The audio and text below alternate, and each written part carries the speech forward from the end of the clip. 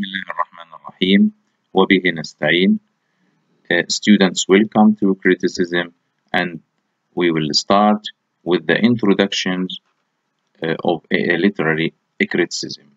My name is Ahmad Faris, and I'm going to teach you literary criticism. So, before we talk about history of literary criticism and the new criticism, let us talk about the introductions to this material.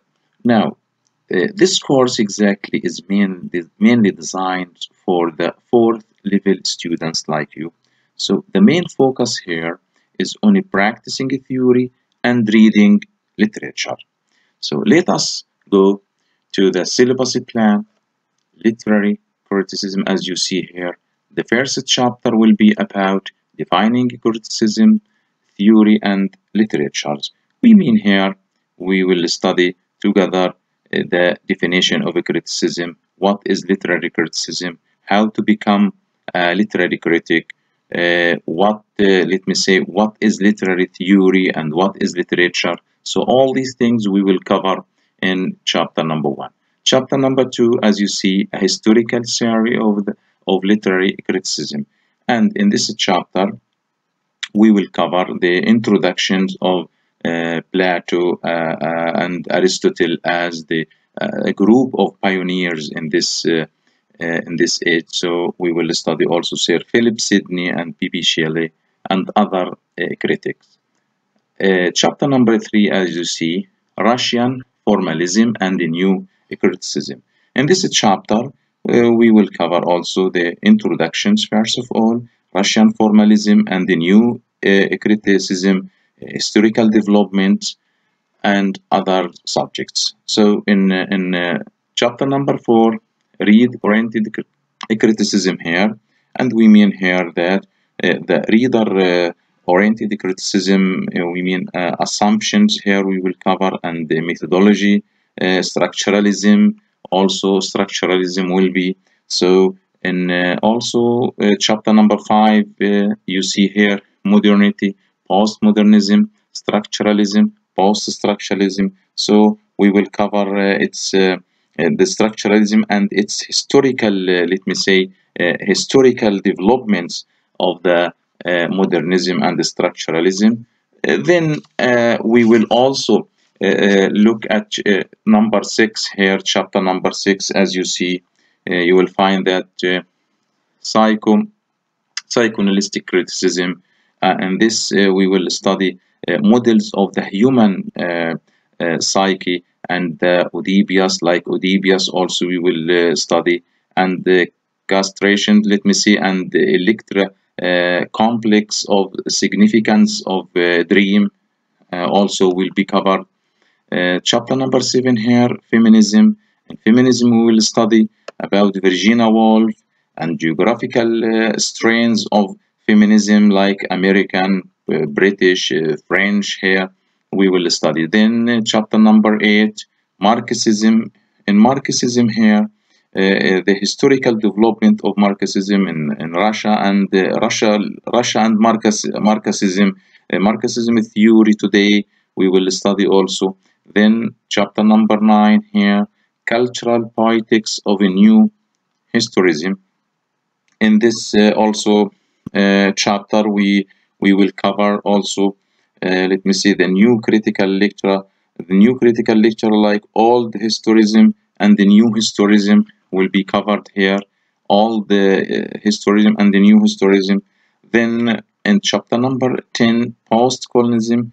In post-colonialism, we will study the empire writers back and historical developments also of it. So this is in chapter number 10. In chapter number 11, as you see here, the structuralism. In structuralism, we will study main concept and the theory of structuralism, and also we should cover also the main features of structuralism. Okay. Then we will move to development of the American short story. In development of American short story, we will study the development of the American short story, like critical discussions of the selections. We will choose, for example, we will study like Sherwood Anderson Sophistications story, and Ernest Hemingway Old Man and the Sea, and other short story will be covered. Then 12, as you see, developments of the American short story. Yes, we covered the first half of the 20th century in chapter number 13. In this chapter, we mean here what is the first half of the 20th century will be answered here by study. Then why is 19th century called the 20th century? Then the glossary. This is exactly what we will cover, inshallah, in this semester. Let us go here to the contents and defining criticism, theory, and literature.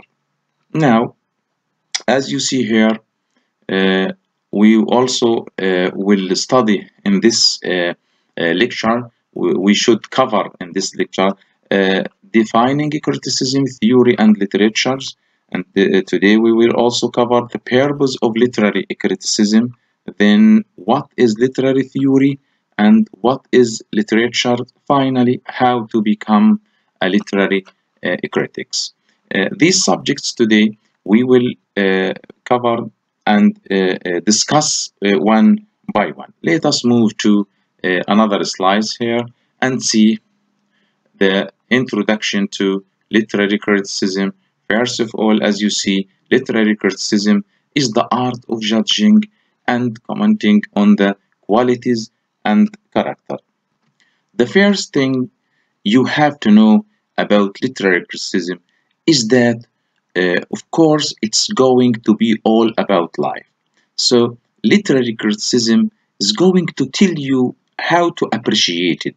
Let me see how to defines, or we can define it like it tells you art of judging.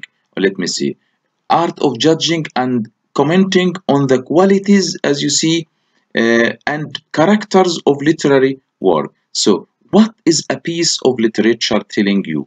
Let me see, what kind of piece of work literary criticism telling you? Is it poetry? Is it bad poetry? Everything about piece of literature is going to be evaluated because of the criticism. So here we have to know what we mean by criticism. When we say that criticism derived from the Greek from a Greek word means judgment. Here, judgment means to put things in its suitable and the proper place, to give its a value. Everyone can make a criticism. How to keep his personality and to share his judgments. So, to judge work of art, how does it imitate the nature, and how does it relate with the nature? So, imitation here, imitation is one criteria of a criticism, and it's follow steps and let me say rules which make you to know if your work is true or false. So it's derived and rules or existence from literature. So if there is no literature, there is no criticism. This is one. Two, you have to know, according to this introduction, that a criticism or literary criticism, literary theory, we don't talk about beauty or art, but we talk here about literature in general use. How does it affect that, and how does our emotion and feeling affect that as a human being? So we can summarize all of that. Literary criticism is an attempt to evaluate and understand the creative writing, the literature of an author. So literature includes, when we say literature, it includes plays, essays, novels, poetry, short story. So literary criticism is a description, analysis, evaluations, let me say interpretation of a particular literary work or an author's writings as whole. So this is what we can say, or what we mean by criticism and literary criticism. This is number one. Let us go to number two. Here, purpose of literary criticism. As you see here, we have number one. The first purpose is that to help us solve a problem in reading. Now, what does it mean to help us solve a problem in reading? It means, first question, let me ask, why would you criticize a piece of literature, or what purpose does it serve you? Number one, you have to know that it helps us solve a problem in reading. For example, you read a piece of literature and there comes a problem. There is a problem in reading here. The people or characters on the novel which you are reading now, or in the drama, novel or drama, you see them willing, but somehow the writer of poetry is then in the light that he is trying to make you see the different light, trying to make you see them a good people, but they good people or bad people. Criticism here is going to help you there. Criticism here is going to tell you that these people are good people or bad people. How? For example, again, you have to know the history of piece of work. So why or when this literature written, what was happening in the society at that time? Because of that things happening, because that political movement, social movement, people who were writing this had a sympathetic feeling towards you, so they felt that these people were in the right. So they want to evoke your sympathy to these people. So the first purpose of literary criticism here is to help you solve these problems. You find yourself when you're trying to read a piece of literature, you can't decide whether this person is good or bad. Why do we feel sympathy for him even if he is bad? Because the writer really is very tricky. He's trying to make you feel good for a person who apparently is not very good. So therefore, we can understand here how literary criticism can help us to solve all these problems. This is one. Two, here, why, as this is questions, why would you criticize a piece of literature? We answers during our discussion. What purpose does it serve? Let us go or move to another slides here to see. Number two, to help us literary criticism solve now, and to help us choose the better of two conflicting readers. Number one here, what does it mean? It means that, for example, you read a book and there is a problem here again, that is the society is completely distractions. Why it is completely distraction?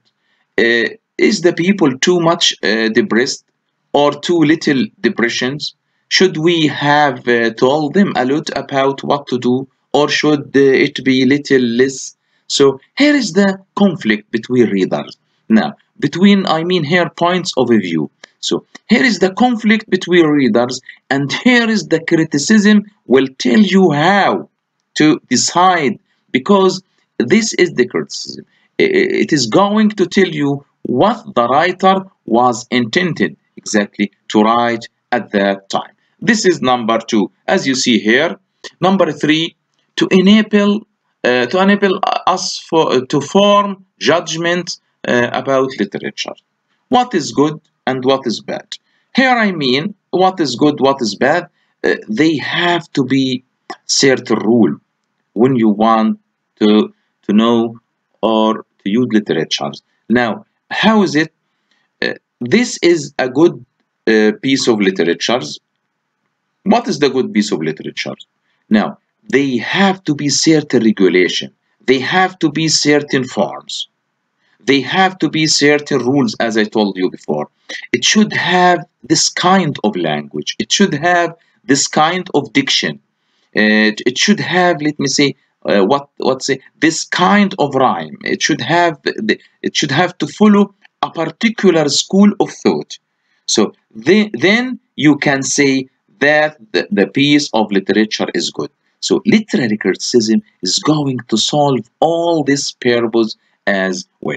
This is what we mean by literary criticism, and how it can help you to solve all these problems. Now let us go to the what is the literary theory, or what we mean by literary theory.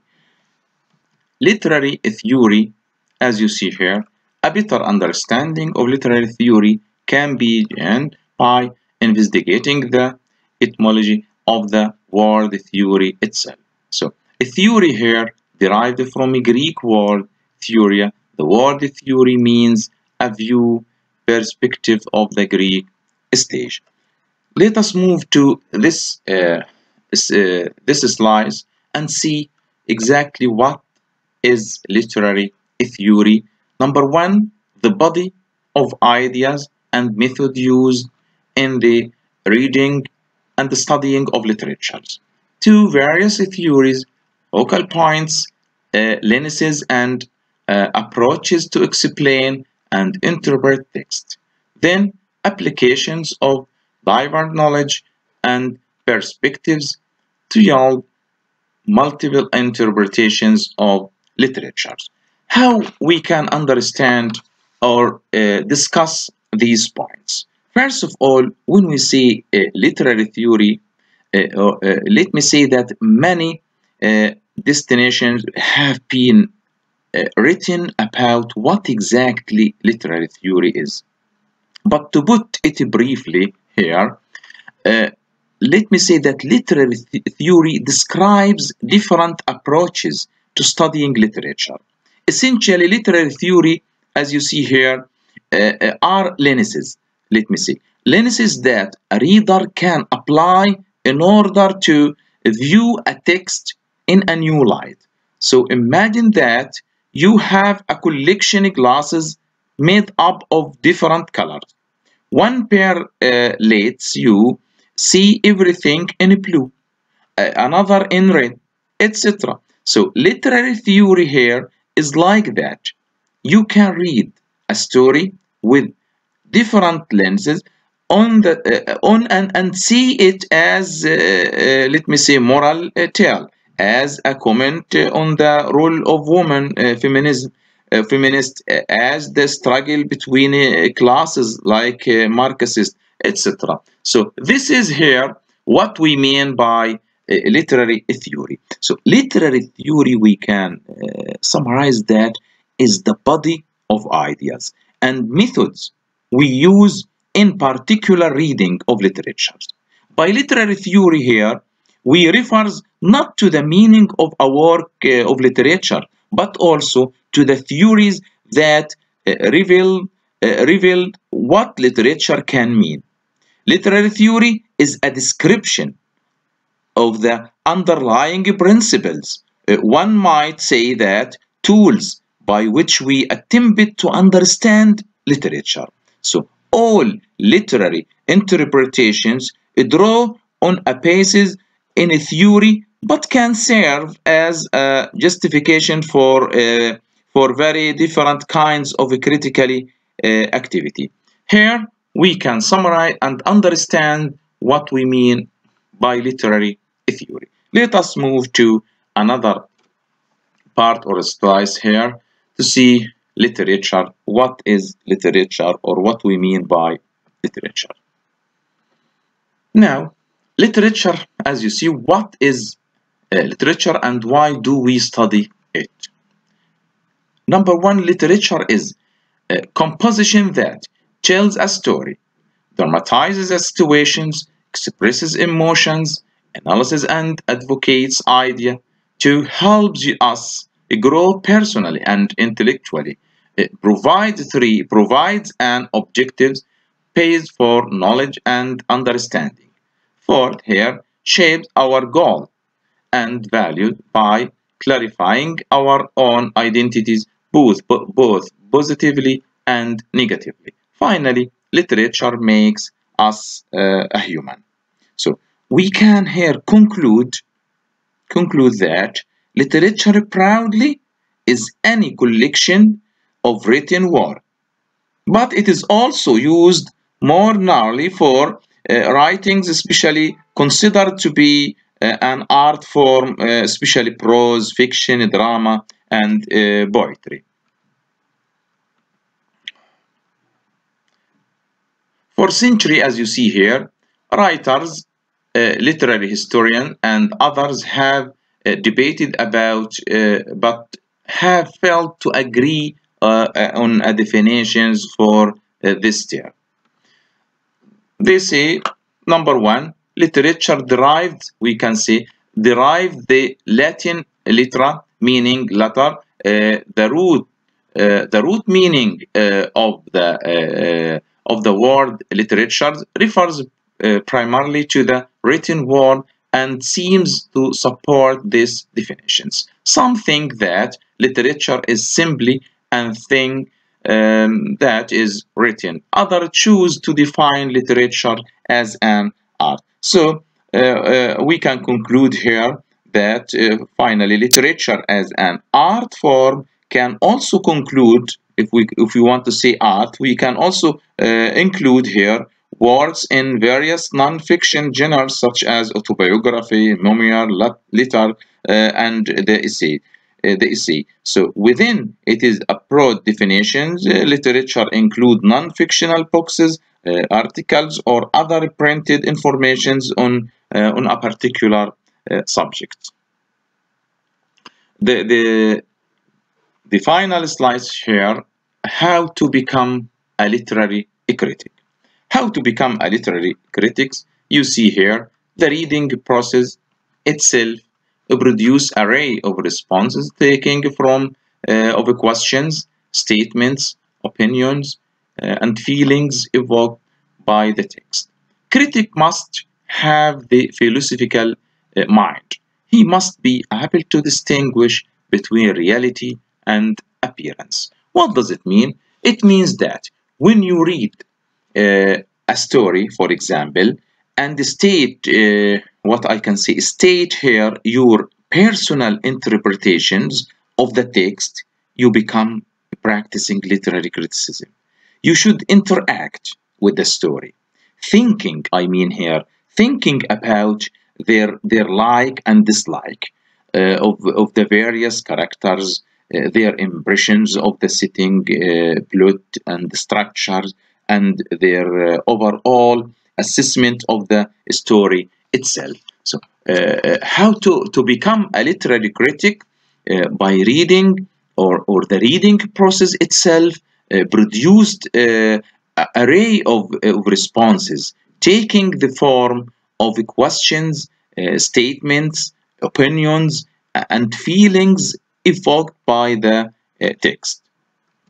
So now we come to the end of this lecture. Next lecture will be about a historical survey of literary criticism. We will discuss after the introductions, we will discuss Plato and Aristotle, some as a pioneers in English criticism. We will also read about Sir Philip Sidney and John Dryden, Alexander Poe, P.B. Shelley. These writers or these critics, we will study their masterpieces and their work life. Inshallah, next lecture I'll meet you, and until I'll meet you, let me say now goodbye.